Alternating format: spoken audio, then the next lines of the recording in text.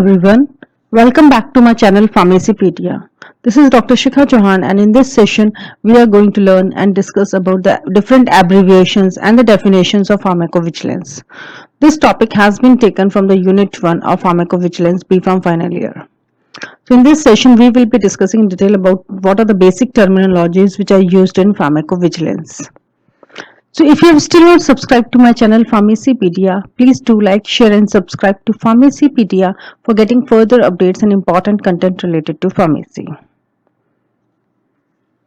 So when we start with the pharmacovigilance, the very first question which arises is what is pharmacovigilance? So it is basically the science and the activities which are related to the detection, assessment, understanding and prevention. So these four things always you have to mention: detection, assessment, understanding and prevention of adverse effects or any other drug related problems. Then next, what is a drug? So drug, you can say simply any substance or mixture of substances which helps in the diagnosis, treatment, mitigation or prevention of a disease. Adverse event. So what is an adverse event? So, or you can say what is an adverse experience. So these are also the basic questions which are being asked in the interviews of pharmacovigilance. So basically the adverse event is any untoward medical occurrence in a patient or clinical investigation subject. So which does not necessarily may have the causal relationship with the treatment.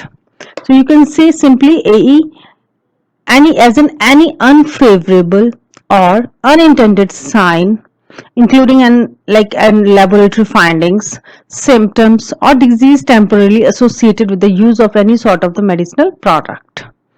Now the important to note here is that it may or it may not be related to that particular medicinal product. The next question generally being asked is the adverse drug reaction.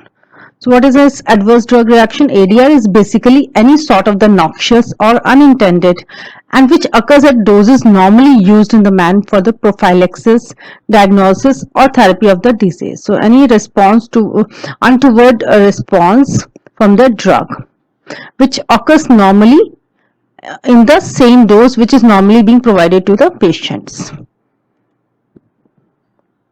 Then what do you understand by the causality assessment? So basically when we say the causality, the evaluation of the likelihood that a medicine was the real causative agent of an observed adverse event.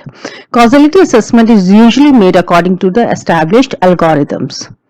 Then what is SEMFlow? It is basically the sophisticated management tool, and this is being created by the Uppsala Monitoring Center Data Entry and Analysis in Cohort Event Monitoring Programs. Next question is, what is cohort event monitoring? So it is basically the prospective observational cohort study. Cohort means a group of individuals having some common characteristics of adverse events associated with one or more medicines. You should be very well versed about these terms. Then do you understand by data mining? This term is frequently used in pharmacovigilance. It basically refers to the use of an automated tool based on the Bayesian logic for the scanning of the WHO database. Now WHO uses Vigibase as their database in the process of detecting the areas which are associated with the medicines. Then what do you understand by the record linkage? Now this is the method of actually assembling the information contained in two or more records. So you are trying to establish the correlation, the relation between two records, maybe in the form of the different sets of the medical charts or in the vital records. So this makes actually possible to relate the significant health events that are remote from one another in time and place. Next thing is, what do you understand by the challenge? Challenge simply means administration of a suspected product by any route. De-challenge is just the opposite of the challenge. It simply means the withdrawal of the drug from the patient, the point from which the continuity, reduction or disappearance of the adverse effects may be observed. Similarly, other terms associated include like de-challenges, negative de-challenge, positive de-challenge, re-challenge, negative re-challenge and positive re-challenge. It basically aligns with the administration and with the withdrawal of the drugs. Other important term associated includes like serious ADRs, and serious ADRs or reaction is any untoward medical occurrence at any dose which may result in the death, and at the same time it is life threatening. So you can say very serious, it is resulting into the death of the patient. Then unlisted areas. Unlisted is also sometimes referred to as unexpected. So any area, the nature of the severity of which is not consistent with the applicable product information. So it is not in alignment with the administered product. Then listed areas, listed are those which are some, you can say, expected out of it, whose nature, severity, specificity and outcomes are consistent with the information in the provided brochures.